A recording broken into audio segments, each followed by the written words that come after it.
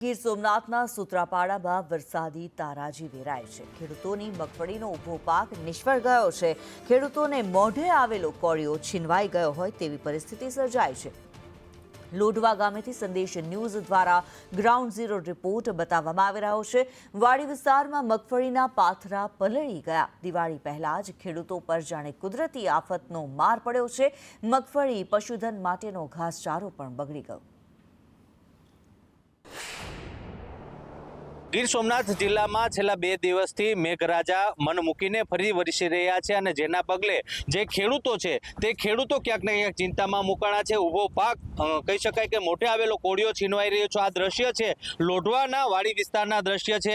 ગત રાત્રિના અંદાજે 8 ઇંચથી વધુ જે વરસાદ વરસ્યો, ધોધમાર વરસાદના પગલે ખેતરો છે તે બેટમાં ફેરવાયા છે।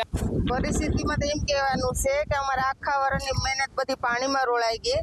અમે તો જો કે મજૂરી કરી લેવું ને ખાઈ લેવું, પણ માલ ને અમારે કઈ રીતના રાખવો એ અમારે જોવાનું છે।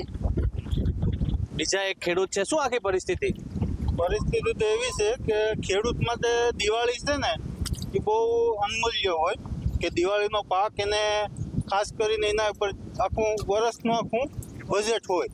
પણ આ 2 દિવસથી આ વરસાદ ખેડૂતનું પાક બધી નષ્ટ કરી નાખ્યો, કારણ કે હવે આને કાઢવા માટે ખર્ચો આવશે। આમાં પહેલા અમારે એટલો ખર્ચો અને વાવ્યું અને તૈયાર કર્યું બધી કમ્પ્લેટ અમારી મતલબ હાથમાં હતું ને બધી છીનવાઈ। હા ભાઈ, અટાણે આમાં 4 મહિનાની મહેનત છે। અટાણે આ 2 દિવસથી વરસાદ વરસે હવે અમારે તો ઠીક છે, બધી તો બીજું હેલ્યું જાય, પણ અમારે સારા વેગેનો અમારે શું કરવું, માલને કેમ રાખવો પહેલાં તો એ પ્રશ્ન છે।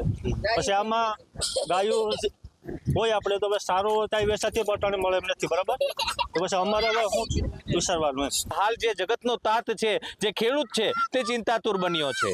રાકેશ આહિર, સંદેશ ન્યૂઝ, ગીર સોમનાથ।